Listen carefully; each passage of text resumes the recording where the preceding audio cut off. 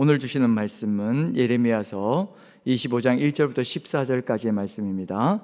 예레미야서 25장 1절부터 14절까지의 말씀, 우리 찾으셨으면 다 같이 한 목소리로 천천히 봉독합니다. 다 같이 읽습니다. 시작. 유다의 왕 요시야의 아들 여호야김 넷째 해 곧 바벨론의 왕 느부갓네살 원년에 유다의 모든 백성에 관한 말씀이 예레미야에게 임하니라. 선지자 예레미야가 유다의 모든 백성과 예루살렘의 모든 주민에게 말하여 이르되, 유다의 왕 아몬의 아들 요시야의 왕 13째 해부터 오늘까지 23년 동안 여호와의 말씀이 내게 임하기로 내가 너희에게 꾸준히 일렀으나 너희가 순종하지 아니하였느니라. 그러므로 여호와께서 그의 모든 종 선지자를 너희에게 끊임없이 보내셨으나 너희가 순종하지 아니하였으며 귀를 기울여 듣지도 아니하였도다. 그가 이르시기를 너희는 각자의 악한 길과 악행을 버리고 돌아오라. 그리하면 나 여호와가 너희와 너희 조상들에게 영원부터 영원까지 준 그 땅에 살리라. 너희는 다른 신을 따라다니며 섬기거나 경배하지 말며 너희 손으로 만든 것으로서 나의 노여움을 일으키지 말라. 그리하면 내가 너희를 해하지 아니하리라 하였으나 너희가 내 말을 순종하지 아니하고 너희 손으로 만든 것으로서 나의 노여움을 일으켜 스스로 해하였느니라. 여호와의 말씀이니라. 그러므로 만군의 여호와께서 이와 같이 말씀하시니라. 너희가 내 말을 듣지 아니하였느니라.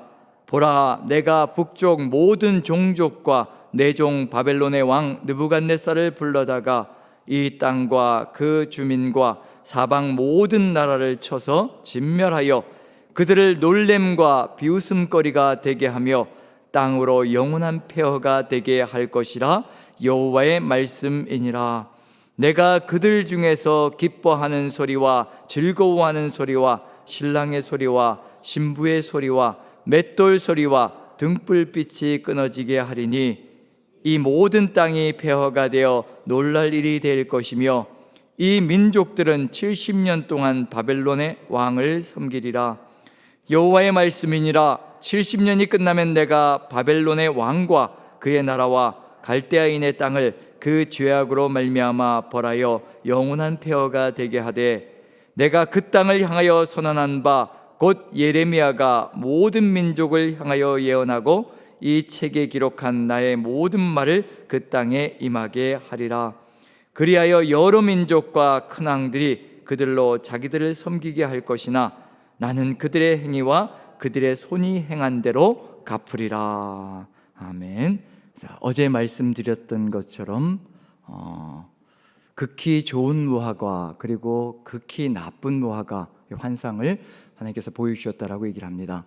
그 극히 좋은 무화과와 극히 나쁜 무화과가 왜 이렇게 갈라질 수밖에 없는지, 여고냐와 포로로 잡혀가 있는 사람은 극히 좋은 무화과로 돌보실 것이고, 그리고 시드기야와 그리고 남아있는 잔류민들, 예루살렘에 남아있는 존재들은 극히 나쁜 무화과로 버릴 것이라고 말씀해 주셨는데, 오늘 분명하게 이제 대답을 해 주십니다. 왜 그런 분기점이 만들어지는지 오늘 내용들을 같이 읽으면서 아마 느끼지 않으셨을까 싶습니다.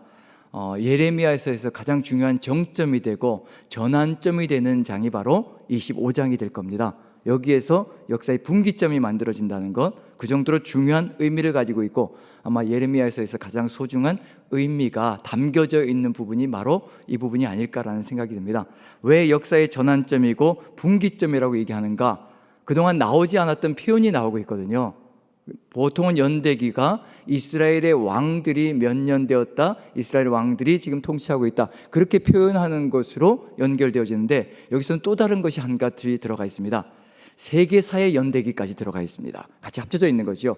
왜 이런 이야기를 할까? 한번 읽어보도록 하죠. 1절입니다. 1절을 읽으면서 어떤 연대기가 느껴지고 있는지, 어떤 정점이라는 것을 얘기하고 있는지 같이 한번 살펴봅니다. 1절 같이 한번 읽어보죠. 시작. 유다의 왕 요시야의 아들 여호야김 넷째 해 곧 바벨론의 왕 느부갓네살 원년에 유다의 모든 백성에 관한 말씀이 예레미야에게 임하니라. 여기서 유다의 모든 백성에 관한 말씀, 유다의 모든 백성이란 히브리어 표현도 여기가 처음 나오는 겁니다. 모든 백성에게 이제 이야기할 내용이다. 그 정도로 중요한 의미가 가지고 있고요. 그 다음에 여호야김 넷째 해라고 되어 있습니다.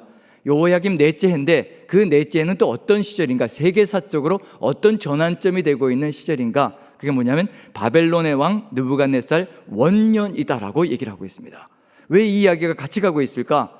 여호야김 넷째 해와 더불어서 바벨론의 왕 느부갓네살의 원년이라는 이 얘기가 왜 같이 가고 있을까? 그럼 이 시점은 도대체 어떤 시점일까? 바벨론의 왕 느부갓네살의 원년이라는 것은 어떤 의미를 가지고 있을까? 세계사적으로 이게 여호야김 4년이라는 시간은요, 예레미야서에서 꽤 자주 등장합니다. 곳곳에서요 자주 등장하면서 그 시점이 어떤 중요한 의미를 가지고 있는지를 계속해서 반복해서 보여줍니다. 그래서 그 시점을 따라가다 보면 여호야김 사전은 하나님께 이렇게도 중요한 정점이면서 이스라엘 민족에게도 참으로 중요한 의미를 가지고 있는 시점이구나. 제가 한번 한 군데를 먼저 찾아서 읽어봅니다. 몇 절에 있냐면 46장 2절입니다. 예레미야서 46장 2절인데 여기도 역시 마찬가지로 여호야김 4년이 나타나는데요, 아마 여러분들 거기는 없을 겁니다. 왜냐하면 25장까지만 묵상을 하고 그 다음에 또 아마 미래로 또 펼쳐지고 다른 부분을 먼저 묵상할 겁니다. 그래서 46장 2절 제가 한번 읽어드리겠습니다. 한번 읽을 때 잘 들어보시면 어떤 역사적인 순간인지 한번 느껴볼 수 있지 않을까 싶습니다. 자, 제가 읽습니다. 46장 2절. 애굽에 관한 것이라 곧 유다의 요시야 왕의 아들 여호야김 넷째 해에 유브라데 강가 갈그미스에서 바벨론의 느부갓네살 왕에게 패한 애굽의 왕 바로 누고의 군대에 대한 말씀이라. 유브라데 강 갈그미스에서 어떤 사건이 벌어졌냐면요, 애굽의 바로 누고의 군대가 바로 바벨론의 왕 느부갓네살에 의해서 처참하게 패하는 역사적인 사건이 펼쳐집니다. 자, 바로 누구는 누구냐 하면요, 요시야 왕이 막으려고 애를 썼다가 결국 요시야 왕을 죽음으로 가게 만든 왕이 바로 애굽의 바로 누고입니다. 지금 애굽의 바로 누고는 요시야 왕 때 어디로 올라가고 있는 중이냐면요, 이 아시리아를 돕기 위해서 갈그미스로 올라가고 있는 중입니다. 유브라데 강가에 갈그미스로 올라가는데, 갈그미스로 올라가는 이유는 뭐냐면요, 지금 신흥 국가 바벨론이 일어서고 있는 중입니다. 바벨론이 일어서서 아시리아를 지금 누르고 있는 중이고요, 아시리아를 없애가고 있는 중입니다. 그런데 애굽은 아시리아를 살려놔야만 됩니다. 바벨론이 일어서기 시작하면요, 애굽에게까지도 지장이 오기 때문에 아시리아와 힘의 균형을 유지하면서, 아시리아와 같이 힘의 균형을 유지하고 같이 동맹을 맺으면서 이 고대 근동을 지배하려고 지금 아시리아가 무너져 가고 있기 때문에 바로 누고가 그 아시리아를 도우려고 지금 올라가고 있는 중입니다. 그때 요시야가 이 바로 누고를 막으려고 하는 이유는 뭐냐면요, 아시리아가 무너져야 북이스라엘까지도 개혁이 아름답게 제대로 이루어져서 남북 통일이 이루어지고 통일 왕국을 이룰 수 있기 때문에, 솔로몬과 다윗과 솔로몬 시절에 통일 왕국을 이룰 수가 있기 때문에 요시야는 이 바로 누고가 올라가지 못하게, 아시리아가 무너져서 아예 명맥을 유지하지 못하도록 그렇게 멸망으로 가도록 그대로 놔두기 위해서 이제 바로 누고를 막는 겁니다. 근데 막다가 결국은 바로 누고에게 죽임을 당하고 바로 누고는 올라갑니다. 올라가서 아시리아를 도와서 바벨론을 치려고 하는데 결국 바벨론이 누구를 이기느냐면 애굽의 바로 누고와 더불어서 아시리아도 누르는 역사가 펼쳐집니다. 명실상부 누가 일어서고 있는 중이냐면요, 바벨론이 최강대국으로 지금 일어서고 있는 시점이 바로 여호야김 4년째입니다. 이게 어떤 의미를 가지고 있을까요? 예레미야서에서 어떤 의미를 가지고 있을까? 예레미야가 본 환상이 있습니다. 소명을 받을 때 본 환상이 있거든요. 북방에서 펄펄 끓는 가마솥이 북쪽에서부터 기울어져서 남쪽 유다로 흘러내리는 겁니다. 그게 누구를 상징하는 것일까? 바벨론이거든요. 명실상부 바벨론이 지금 어떤 국가가 되고 있냐면 세계 초강대국이 되고 있는 중입니다. 그게 바로 여호야김 4년째거든요. 그 정도로 중요한 시점입니다. 드디어 하나님께서 쓰시기로 한 징계의 도구가 지금 준비되어졌고, 징계의 도구가 섰다는 것을 보여주는 것이 바로 여호야김 4년째입니다. 그럼 무슨 얘기일까요? 바벨론이 이제 섰다는 얘기는 뭐냐면요, 하나님께서 징계의 도구를 세웠다는 것과 같은 의미입니다. 이제 쏟아질 준비가 되어졌다는 것을 얘기하고 있는 중이거든요. 그래서 여호야김 4년째 이때 하나님께서 주시는 말씀을 가지고 회개하며 돌이키지 않는다면 이제 걷잡을 수 없는 역사가 펼쳐진다는 것을 얘기하고 있는 중입니다. 마지막 기회라는 얘기입니다. 마지막 기회이기 때문에 이때 하나님께서 부르시는, 그리고 돌아오라고 말씀하시는 그 음성에 돌이켜서 돌아온다면 유다는 살 수 있는 길로 갈 수 있겠지만, 그렇지 못하다면 이제 만국으로 가는 겁니다. 무엇이 되는 길이냐면요, 진흙에서 옹기가 되는 시점이 바로 여호야김 4년이라는 것. 이때 하나님께서 최선을 다해서 유다가 돌이킬 수 있도록, 바벨론이 아무 의미 없는 존재가 되어버리도록 그렇게 되기를 소망하는 것이 하나님의 마음속에 들어가 있습니다. 그리고 나서 이제 얼마나 하나님께서 이 시점까지 열심히 애쓰셨는지, 이 시점이 얼마나 소중한 것인지 그 다음 부분을 보시면요 분명하게 알 수가 있습니다. 2절 3절 보시면 왜 이 말을 강조하실까, 어떤 부분이 여러분들 강조점으로 느껴지는지 한번 살펴보시죠. 2절 3절 같이 한번 읽어봅니다. 시작. 선지자 예레미야가 유다의 모든 백성과 예루살렘의 모든 주민에게 말하여 이르되, 유다의 왕 아몬의 아들 요시야 왕 13째 해부터 오늘까지 23년 동안 여호와의 말씀이 내게 임하기로 내가 너희에게 꾸준히 일렀으나 너희가 순종하지 아니하였느니라. 자, 2절 보면 어떤 마음이 들어가 있을까요? 유다의 모든 백성과 예루살렘의 모든 주민에게 말하여 이르라. 제발 모든 주민에게 한 사람도 빼놓지 말고 낱낱이 다 이야기하거라. 이게 무슨 얘기일까요? 한 사람도 빼놓지 말라는 얘기, 모든이 계속 강조되는 이유, 이제 모든 사람에게 들려서 제발 돌이킬 수 있는 길로 가게 만들어라. 그게 하나님의 마음속에 들어가 있습니다. 한 사람도 빼놓지 말고 한 사람도 예외가 되지 말게 하고 모든 사람들에게 다 듣게 만들어서 제발 그들이 돌이킬 수 있는, 한 명이라도 돌이킬 수 있는 길로 가게 만들어라. 그 이야기를 하고 있는 중입니다. 그리고 유다의 왕 아몬의 아들 요시야 왕 13째 해부터 오늘까지 몇 년 동안이요? 23년 동안. 왜 이걸 강조할까요? 23년 동안이라는 것을 왜 강조할까요? 우리가 보통 자녀들을 야단칠 때도 그렇고 사람들에게 이야기할 때도 뭐라고 얘기하나요?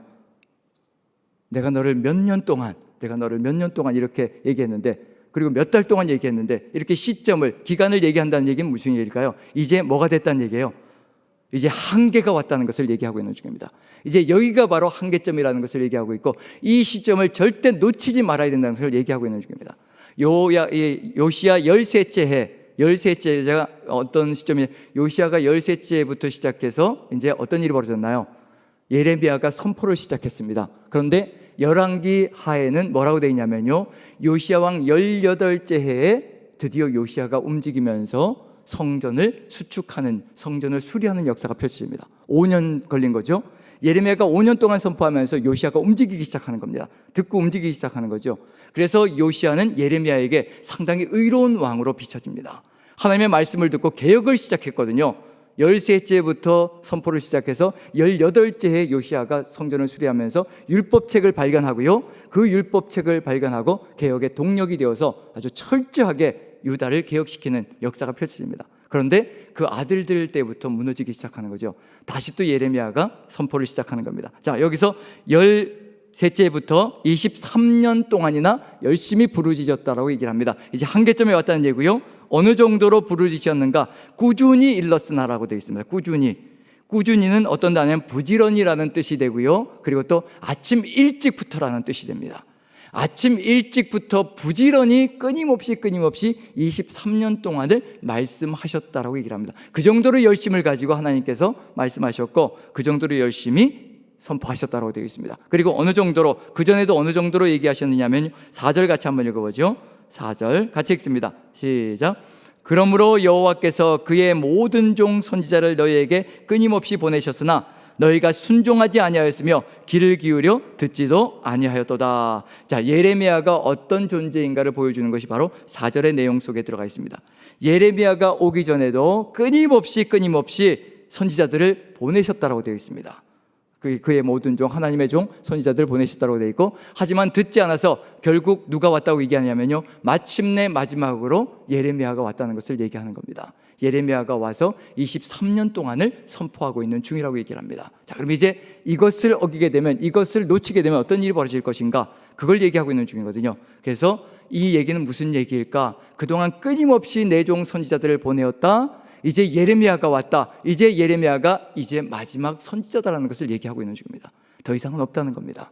만약에 예레미야를 통해서 주신 하나님의 말씀을 듣지 않으면요, 이제 망하는 것밖에는 도리가 없다는 것을 얘기하고 있는 것이 바로 이 이야기 속에 들어가 있습니다. 그리고 하나님께서 말씀하시는 것이 있죠. 이렇게 선포하십니다. 자, 5절 6절 같이 한번 읽어보죠. 5절 6절 같이 시작. 그가 이르시기를 너희는 각자의 악한 길과 악행을 버리고 돌아오라. 그리하면 나 여호와가 너희와 너희 조상들에게 영원부터 영원까지 준 그 땅에 살리라. 너희는 다른 신을 따라다니며 섬기거나 경배하지 말며 너희 손으로 만든 것으로 나의 노여움을 일으키지 말라. 그리하면 내가 너희를 해하지 아니하리라 하였으나. 무슨 의미가 들어가냐면 돌아오라는 겁니다. 끊임없이 돌아오라고 하시는 겁니다. 하나님께로 돌아오라, 나에게로 돌아오라. 그리고 그리하면 영원부터 영원까지 준 그 땅에서 살게 하리라. 이 약속의 땅에서 살게 할 것이라고 분명히 약속해 주셨고 말씀해 주셨습니다. 지금 시점이 돌아올 수 있는 마지막 시점이라는 것을 얘기하고 있는 중입니다. 우리의 삶 속에서도 마지막 시점, 한계점이 올 때가 있다는 것을 얘기하고 있는 중이거든요. 하지만 그것을 넘어가게 되면 이제는 더 이상 기회가 없을 수도 있다는 것을 얘기하고 있는 중입니다. 지금 그걸 얘기하고 있는 중이거든요. 그렇게 해서 끊임없이 돌아오라고 말씀해 주셨고 이제 마지막 기회로 돌아오라고 말씀해 주셨습니다. 하나님께서 돌아오게 하시려고 어느 정도로 애를 쓰시는가? 지금까지도 선지자들을 끊임없이 보냈고요, 마지막 선지자 예레미야를 통해서 23년 동안 선포하셨습니다. 그리고 여호야김 4년째에 하나님께서 돌아오게 하시려고 어느 정도까지 듣질 않으니까 어느 정도까지 말씀하시는가? 또 다른 부분에 여호야김 4년째에 하나님께서 어떻게 열심으로 노력하셨는가? 그것도 보여주고 있습니다. 제가 한번 읽어보도록 하겠습니다. 36장입니다. 36장 1절부터 4절까지인데요, 어느 정도로 노력하시고 애쓰셨는지, 하나님의 열심이 무엇인지 한번 잘 들어보시기 바랍니다. 36장 1절부터 4절까지 제가 읽어봅니다. 유다의 요시야 왕의 아들 여호야김 제4년에 여호와께로부터 예레미야에게 말씀이 임하니라. 이르시되 너는 두루마리 책을 가져다가 내가 내게 말하던 날, 곧 요시야의 날부터 오늘까지 이스라엘과 유다의 모든 나라에 대하여 내가 내게 일러준 모든 말을 거기에 기록하라. 유다 가문이 내가 그들에게 내리려 한 모든 재난을 듣고 각기 악한 길에서 돌이키리니 그리하면 내가 그 악과 죄를 용서하리라 하시니라.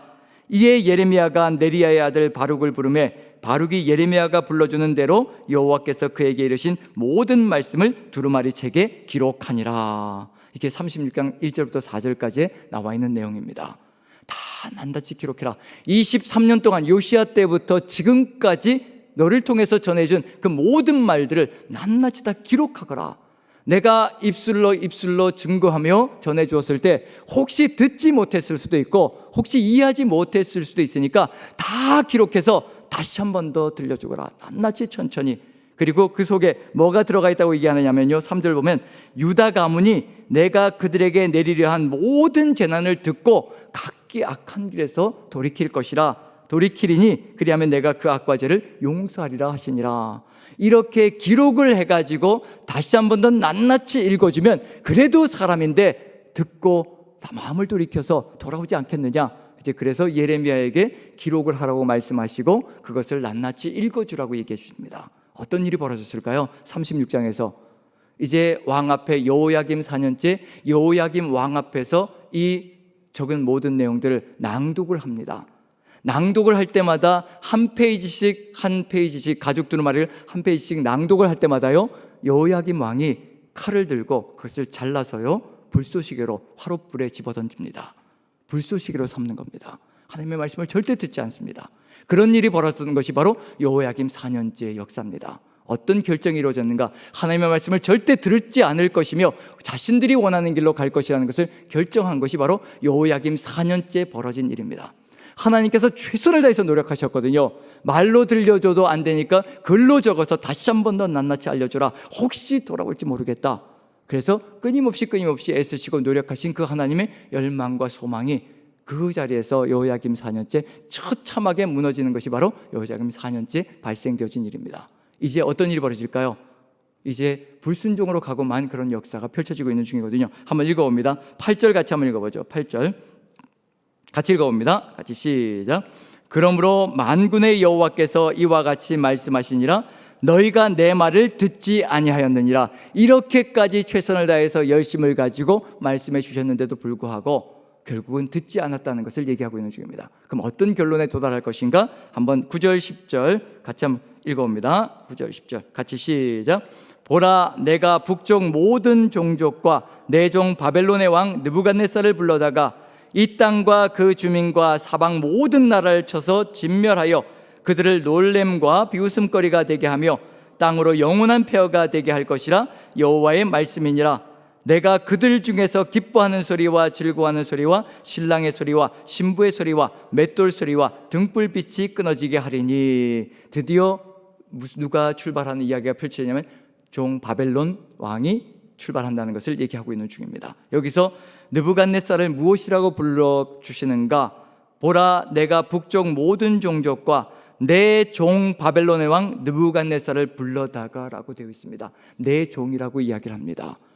이스라엘 민족 하나님의 백성 유다가 하나님의 종이어야 하는데 하나님의 말씀을 듣지 않고 자신들 마음대로 걸어가게 되고요, 바벨론의 왕 느부갓네살이 오히려 하나님께 내 종이 되어서 하나님의 심판의 도구가 되어서 이스라엘 치는 도구가 된다는 것을 보여주고 있는 것이 바로 이 내용 속에 들어가 있습니다.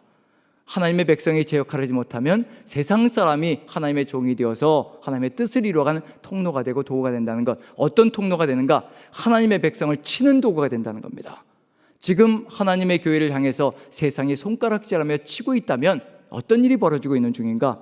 우리가 하나님의 종으로서 세상 속에 들어가서 빛이 되고 소금이 되어야 하는 역할을 감당해야 될 터인데 그 역할을 제대로 하지 못할 때 세상이 하나님의 교회를 향해서 성도들을 향해서 손가락질하며 치는 역사가 펼쳐진다는 것, 하나님의 도구가 될 수 있다는 것을 보여주고 있는 중입니다. 지금 우리의 삶 속에서도 더불어 깊이 생각해 봐야 될 것이 바로 우리가 어떤 길을 걸어가고 있는가, 그걸 한번 살펴봐야 될 필요가 있는 것이 바로 이 시점이라는 생각이 듭니다. 자, 11절을 보면요, 이제 기간이 정해집니다. 같이 한번 읽어보죠. 같이 시작. 이 모든 땅이 폐허가 되어 놀랄 일이 될 것이며 이 민족들은 70년 동안 바벨론의 왕을 섬기리라. 드디어 70년 바벨론 포로기가 결정되어졌다는 것을 얘기하고 있는 중입니다. 이 70년 바벨론 포로기가 무엇일까? 이제 더 이상은 안 된다는 것을 얘기하고 있는 중이고요, 이제는 포로기가 결정되어졌고 이스라엘 민족은 이제 포로가 되어야 한다는 것을 얘기하고 있는 중입니다. 무엇이 되었냐면 진흙에서 옹기가 되었고요, 이제 남은 것은 뭐밖에 없느냐면 이제 부서지는데 깨져야 되는 거거든요. 포로가 된다는 것은 이제 깨지는 것을 의미하는 겁니다. 깨져야 되는데 어제도 말씀드렸던 것처럼 부드럽게 깨지느냐 산산조각이 나느냐, 그 결정밖에 남아있지 않다는 것. 그런 점에서 지금 여고냐와 바벨론의 포로로 잡혀있는 사람들은 뭐를 이루어가고 있다는 얘기인가요? 요시야 왕 다음에 여호야김 4년 지나고요, 그 다음에 여고냐가 왕이 되었죠. 여고냐가 왕이 되었습니다. 여고냐가 왕이 되었다는 얘기는 뭐냐면요, 이때부터는 뭐가 남아있다는 얘기면 이제 포로기가 정해졌다는 것을 얘기하고 있는 중입니다. 그럼 여고냐와 바벨론의 포로로 잡혀있는 사람은 70년의 기간을 이제 거쳐가고 있는 중이고요, 시드기야와 예루살렘에 남아있는 사람들은 그 포로기를 거쳐가지 않겠다라고 끝까지 저항하며 끝까지 대항하면서 하나님의 뜻을 저버리고 있는 것이 이들의 삶의 모습입니다. 그래서 극히 좋은 무화과와 극히 나쁜 무화과가 무엇으로 갈라지고 있는가? 하나님께서 정하신 뜻을 순종으로 나아가고 있느냐, 아니면 끝까지 거역하며 불순종으로 가고 있느냐, 거기에 따라서 좋은 무화과인가 악한 무화과인가가 결정되어지고 있다는 것을 얘기하고 있는 중입니다. 그럼 한 가지만 더 나누고 한번 마쳤으면 좋겠습니다. 왜 하필이면 70년일까요? 70년. 왜 70년의 바벨론 포로기라고 얘기할까요? 70년이면 이게 완전수가 되는 것이고 굉장히 작은 횟수는 아닌 거죠. 70년이 지나게 되면 어떤 일이 벌어질 것인가? 포로로 잡혀가는 사람들은 거의 대부분이 다 소멸하게 됩니다. 바벨론 땅에서 죽음으로 끝난다는 얘기가 되는 거죠.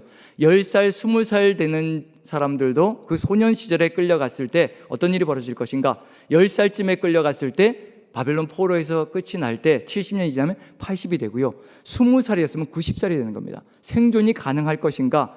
이렇게 소년 시절에 끌려갔던 사람들이 살아 돌아올 수 있을 것이고 30살, 40살, 50살 되는 분들은 보통 전부 다 바벨론 땅에서 죽음으로 끝나고 말 겁니다. 그 기간이 70년이거든요. 짧은 세월이 아닙니다. 이 70년이 어떤 기간인가? 이미 하나님께서 말씀해 놓으신 것이 있습니다. 출애굽기 34장 6절에 보면요, 이스라엘 민족이 시내산에서 금송아지 우상 숭배를 했을 때 하나님께서 진멸시키려고 하셨다가 모세의 중재로 살아나는 역사가 있죠. 그때 하나님께서 자신이 어떤 분인지 소개해 주십니다. 이렇게 말씀해 주십니다. 제가 한번 읽어볼게요. 34장 6절 7절. 여호와께서 그의 앞으로 지나시며 선포하시되 여호와라 여호와라 자비롭고 은혜롭고 노하기를 더디하고 인자와 진실이 많은 하나님이라. 인자를 1000대까지 베풀며 악과 과실과 죄를 용서하리라. 그러나 벌을 면제하지는 아니하고 아버지의 악행을 자손 3, 4대까지 보응하리라. 아버지의 악행을 자손 3, 4대까지 보응한다. 이거 억울한 거죠. 자식들은 억울할 겁니다. 한데 자손의 3, 4대까지 보응을 하신다는 얘기 뭐냐면요, 죄악의 영향력이 어디까지 내려가는지를 보여주고 있는 중입니다. 자손의 3, 4대까지 죄악의 영향력이 미친다는 것을 보여주고 있는 중입니다. 아버지의 죄 때문에 자식이 벌을 받아서는 절대로 안 된다는 얘기거든요. 그건 하나님의 법 속에 들어가 있습니다. 연좌제는 절대로 안 됩니다. 하지만 중요한 건 뭐냐면요, 아버지가 죄를 저지르면 그 죄악의 영향력이 자식들에게까지 미친다는 겁니다. 그게 3, 4대까지 내려간다는 얘기거든요. 아버지가 살인죄를 저질렀을 때 감옥에 들어가 있습니다. 감옥에 들어가 있습니다. 자식이 감옥에 들어가지는 않습니다. 자식이 그 죄를 짊어지고 가지는 않습니다. 근데 중요한 건 뭐냐면요, 아버지가 살인죄를 저질렀을 때 그 살인죄가 자식의 삶을 평생을 쫓아다닌다는 겁니다. 그 자식이 결혼을 할 때 아버지가 뭐 하시냐라고 질문을 할 때 우리 아버지가 살인죄를 저지르고 감옥에 가 있습니다라고 얘기할 때 누가 그 아들에게 딸을 줄 것이며 누가 그 아들을 사위로 삼겠냐는 얘기예요. 자식에게 영향력이 미치게 되어 있습니다. 악의 영향력은요 절대 한 세대에 끝나지 않는다는 겁니다. 3, 4대까지 내려가는 것이 바로 악의 영향력이라는 것을 얘기하고 있는 중입니다. 그 영향력이 다 끊어질 때까지 3, 4대가 다 소멸될 때까지 가야 그 악이 제거되어지고 사라지는 역사가 있다는 것을 얘기하고 있는 중이거든요. 우리도 역시 마찬가지라는 얘기입니다. 우리가 저지르는 악이 자손에게까지도 영향을 미칠 수 있다는 것을 기억한다면 이게 얼마나 우리가 주의하고 살아가야 될 삶의 길인가도 분명히 주어지고 있거든요. 그래서 예레미야서에 뭐라고 되어 있냐면요, 이 70년을 이렇게 얘기하고 있습니다. 3, 4대가 흘러가야 되잖아요. 그래서 예레미야를 통해서 하나님께서 바벨론 포로지에 있는 여고냐와 잡혀가 있는 그 포로지에 있는 사람들에게 편지를 보내라고 합니다. 편지를 적어서 보내는데 어떤 내용의 편지를 보내느냐면 이런 편지의 내용이 들어갑니다. 제가 한번 읽어볼게요. 예레미야서 29장 4절부터 7절까지 성경 속에 다 들어가 있는 내용입니다. 그래서 편지를 보내는데 예레미야서 29장 5절부터 7절까지 찾을 수 있는 분 한번 찾아보시죠. 예레미야서 29장 5절부터 29장 4절에는 이제 편지를 보내는 내용이 들어가 있고요. 자, 5절부터 제가 읽어봅니다. 너희는 집을 짓고 거기에 살며 텃밭을 만들어 그 열매를 먹으라. 아내를 맞이하여 자녀를 낳으며 너희 아들이 아내를 맞이하여 너희 딸이 남편을 맞아 그들로 자녀를 낳게 하여 너희로 거기에서 번성하고 줄어들지 아니하게 하라. 너희는 내가 사로잡혀 하게 한 그 성중의 평안을 구하라. 이렇게 기록되어 있습니다.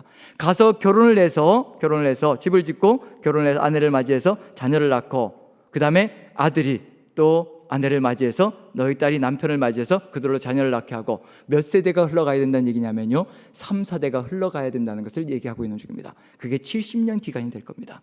그 70년 기간을 3, 4대가 흘러가는, 그래서 악의 영향력들이 다 사라지는 그 시점이 올 때 다시 회복되어져서 새 역사를 이루어갈 수 있는 길이 열려질 것이라. 그래서 죄의 모든 영향력들까지도 다 씻어내는 기간이 바로 70년이라는 것을 기억한다면 짧은 기간이 절대 아니라는 것을 보여주고 있는 중입니다. 그걸 우리가 마음에 새긴다면 우리가 삶을 살아가며 어떤 삶의 길을 걸어가야 될 것인가, 어떤 주님의 뜻을 받들어 나가야 될 것인가, 그럼에도 불구하고 희망은 이 70년이라는 기간 동안에 누가 있지 않을 것이라는 것을 얘기하고 있는 중이냐면요, 내가 돌아보아 그들을 지킬 것이고 결국 돌아오게 만들 것이라.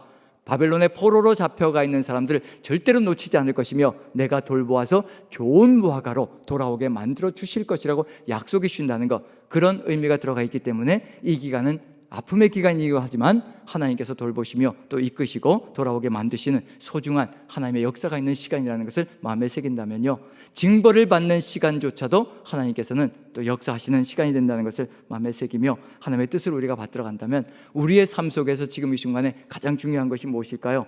좋으신 하나님의 인자와 긍휼이 무궁하신 하나님께서 우리에게 동일하신 인자와 사랑으로 함께 하시며 아침마다 새롭게 채워주시는 그 역사를 기억하면서 기대하면서 우리가 또 하나님의 뜻을 받들어 나간다면 비록 힘겹고 어려운 세상살이 속일지라도 하나님께 의지하며 나아가는 그 삶으로 다시 한번 더 희망을 가지고 새롭게 나아갈 수 있는 길을 열어갈 수 있지 않을까라는 기대를 가져봅니다. 아픔 가운데서도 함께 하신 하나님, 그 하나님을 오늘도 기억하며 우리가 같이 기도하는 시간을 가졌으면 좋겠습니다. 오늘 이 시간도 주님께로 나아가는 시간이 되기를 소망합니다.